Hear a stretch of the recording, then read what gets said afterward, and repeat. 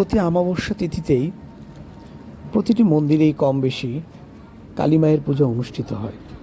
আজ 26শে মে 2025 খ্রিস্টাব্দ, রোজ সোমবার, ফলহারিণী অমাবস্যা।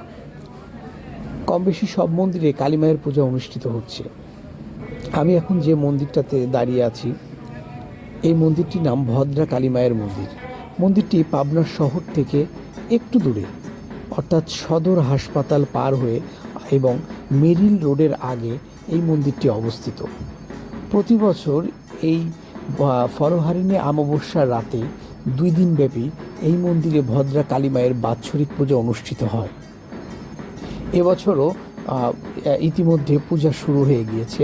আপনারা দেখতে পাচ্ছেন পুরোহিত মশাই পূজা শুরু করছেন আর কি। জয় হোক ভদ্রা কালী মায়ের, জয় হোক, জয় শ্রী শ্রী ভদ্রা কালী মায়ের জয়।